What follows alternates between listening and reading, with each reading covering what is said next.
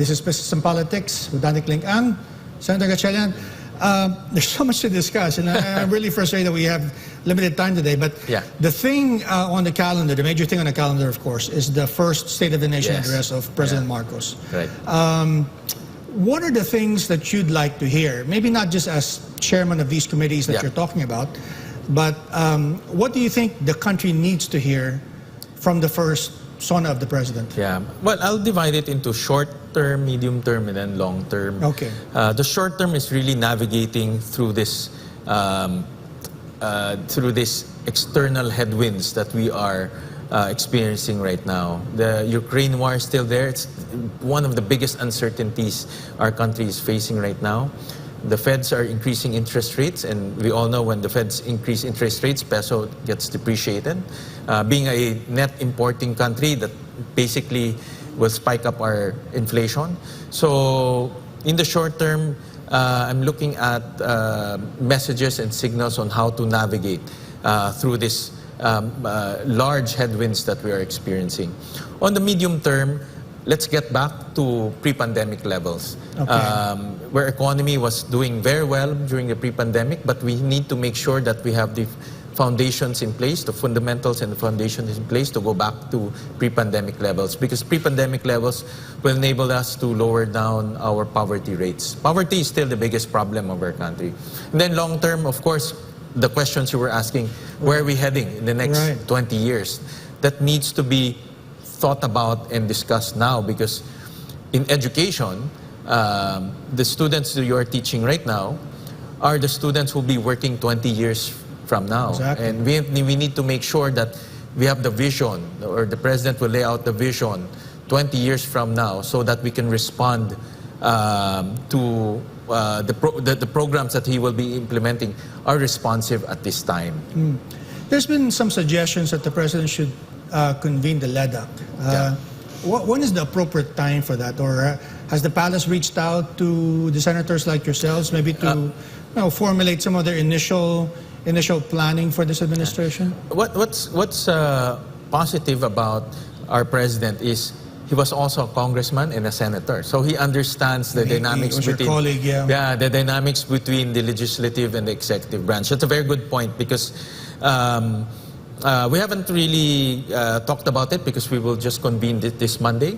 But I've heard from our incoming Senate President, Senator Mig Zubiri, that the LEDAC will be convened as early as the first few weeks of the Senate, and that will lay out the legislative agenda for the next 1 year.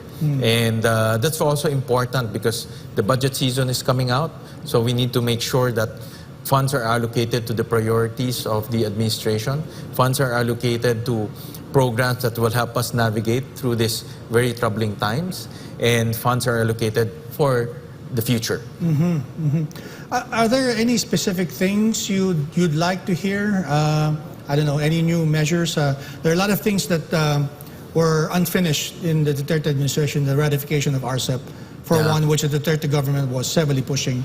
But is there anything else? I mean, or is that even one of the things that you'd like to hear? Well, before we were actually scheduled to be a higher middle income country by this year, 2022. But that was derailed because of the pandemic. So I would like to hear a strategy on how to get our country back on track, meaning pre-pandemic levels. Hopefully by the end of the term of President Marcos, we will already reach that level or even surpass that, because with our pre-pandemic healthy economic fundamentals, we're actually slated to reduce our poverty to single-digit levels and improve our standing in terms of income. And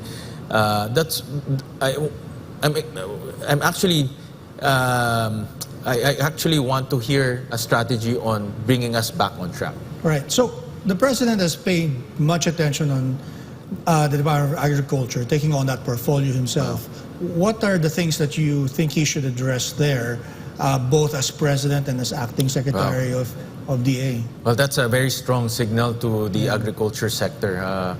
No less than the highest official of our land is driving the agriculture department. And two things that I am looking at. No? Number one is how to eliminate or at least minimize smuggling, because smuggling is the one killing our farmers.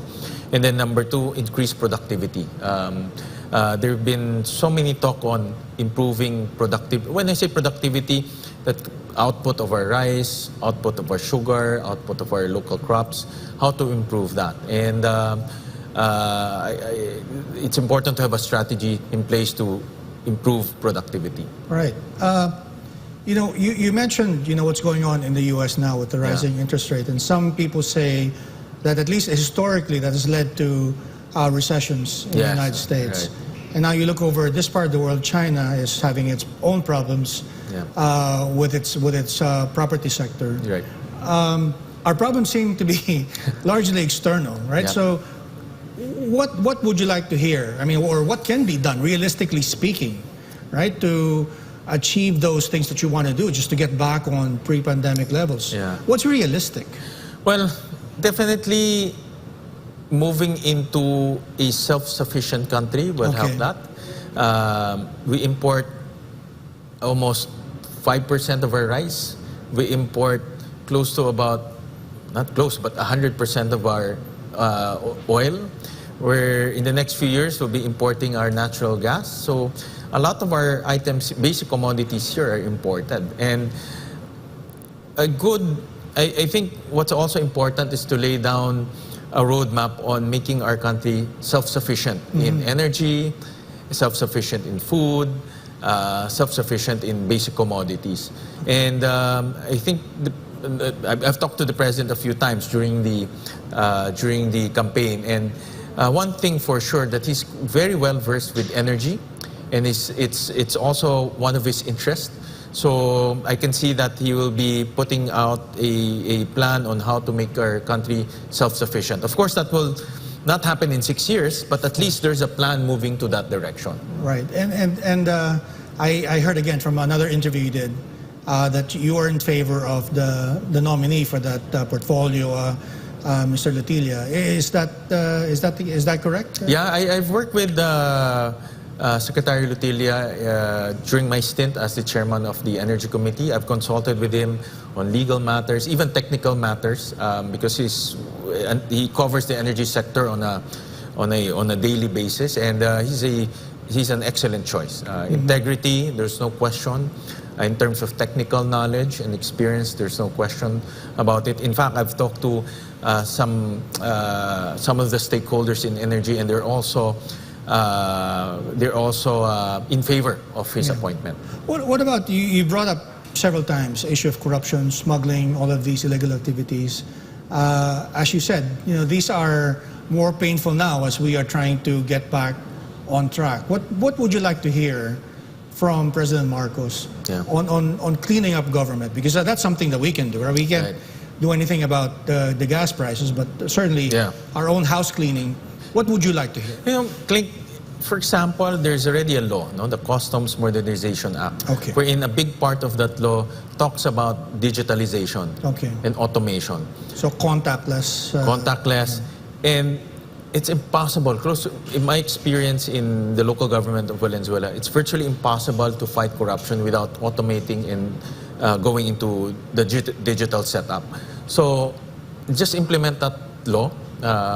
Fully computerized the collection agencies, fully computerized or fully digitalized the collection agencies, and have mechanisms for people to report so that we will minimize contact. Everything will be done online. Well, you mentioned, your analogy earlier is to pay by Shopee or Lazada or whatever platform. We don't endorse a particular brand here, but what needs to happen for that to be reality? Yeah, political will. Okay. Political will.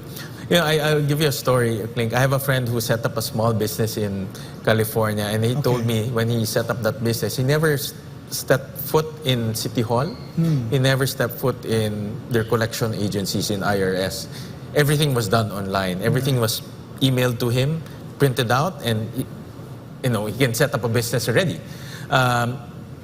It's doing everything digitally is not something new. It can be done. Okay. But you need political will, no? Okay. Because you will probably agitate some people who are doing the same things over and over again. So Right. political will is very important.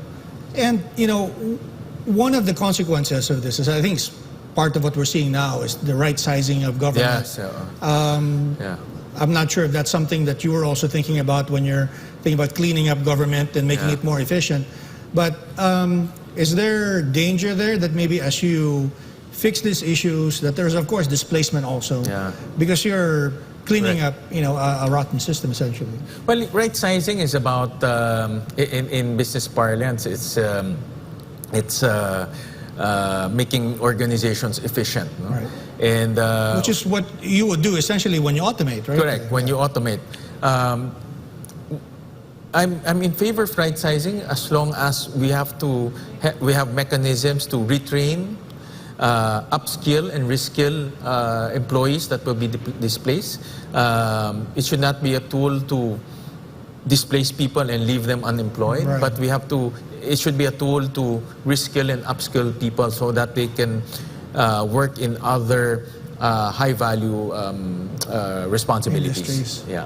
Oh, well, Senator, that's been a very interesting discussion. I'd like to ask you more questions, but Thank you, I understand thank you you. have more meetings to attend to today. But before we go, perhaps you'd like to leave our guests with some messages? Well, Klink, thank you very much for the invitation. It was really a great conversation and insightful exchange. And thank you. And I just want to thank our audience for the trust and confidence in me. And thank you very much for helping me during the last elections. Well, Senator Gatchalian, again, thank you very much. You've been very gracious, but you are at the center of action, and perhaps we can follow this up later when you actually start working on those committees. Yes, yeah, definitely. Well, Senator Gatchalian, thank you again. You've been very gracious with your time. You are at the center of action, as they say, and we'd like to have you back again when there is opportunity to do so. I'd like to thank our viewers this evening, those watching this online and those watching live. And I'd like to thank our Chairman Emeritus, Pastor Apollo Quiboloy, for making this program possible. Thank you once again, and I'll see you next week on SMNI's Business and Politics. I'm Dante Klink Ang. Good evening.